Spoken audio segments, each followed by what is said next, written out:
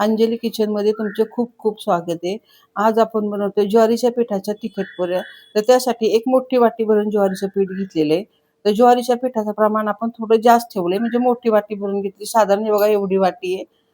त्यानंतर आपल्याला इथं गव्हाचं पीठ लागणार आहे. ते गव्हाचं पीठ आपण इथं त्याच्या निम्म घेतलेलं आहे आणि ह्या वाटीच्या मापाच्या 3 वाट्या आपण ही ज्वारीचं पीठ घेतलेलं आहे.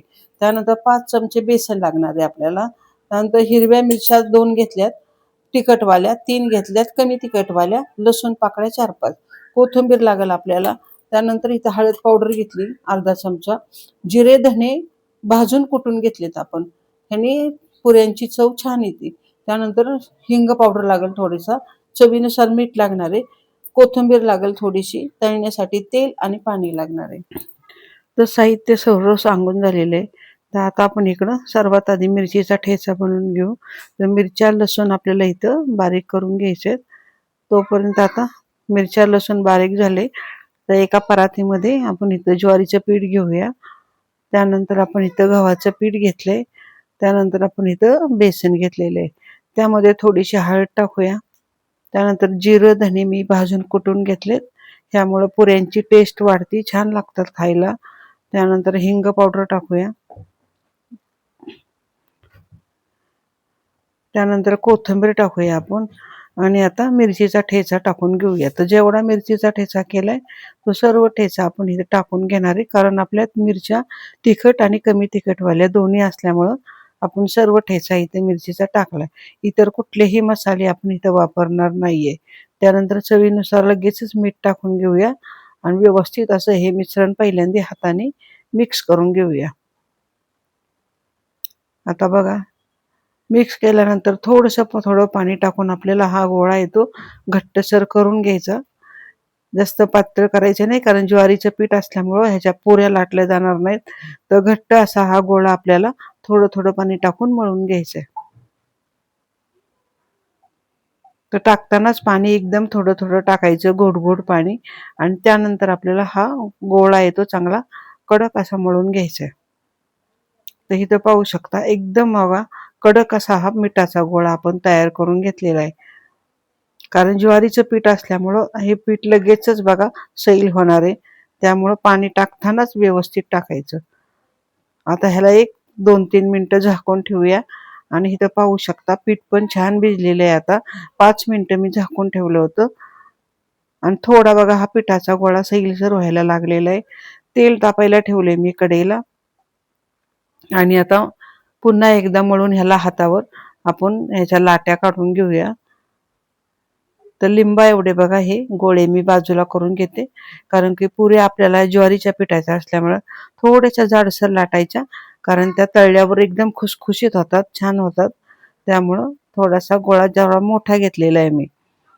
आता ह्याला पीठ लावूया कोरडं, कारण की पिठाची गरज पडणारच आहे आपल्याला, कारण ज्वारीचं पीठ असल्यामुळं पिठाला पाणी लगेच सुटतं.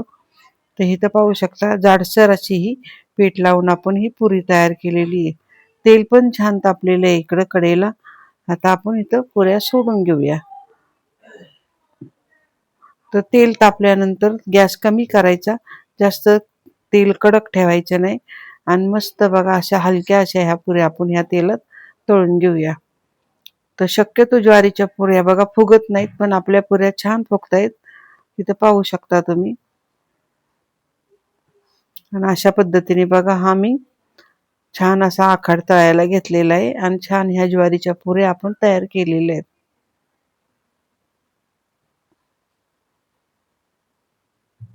तर इथं पाहू शकता मस्त ही खुसखुशीत अशी ही ज्वारीच्या पिठाची पुरी आपण तयार केलेली आहे. तर पहिली पुरी आपली तळून झालेली मी टिश्यू पेपरवर काढून घेते, म्हणजे जास्तीचं तेल आहे ते पूर्ण इथं निघून जाईल. आता दुसरी पुरी आपण तळायला ठेवलेली आहे. तर इथं पाहू शकता ती पण पुरी आपली छान फुगायला लागलेली आहे.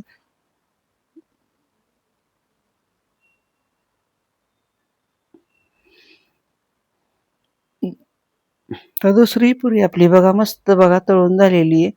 आता आपण काढून घेऊया आणि अशा पद्धतीने आपण 5 ते 6 पुऱ्या आता पटकन लाटून घेऊया.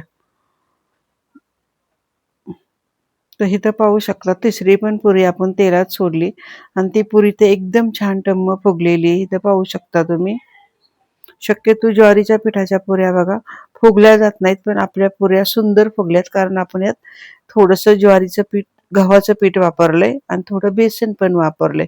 त्यामुळं पुऱ्या एकदम खुसखुशीत आणि छान होतात. इथं पाहू शकता तर 5 ते 6 पुऱ्या मी तळून तयार केलेल्या आहेत आणि इथं एका ताटात ठेवलेल्या आहेत. इथं पाहू शकता.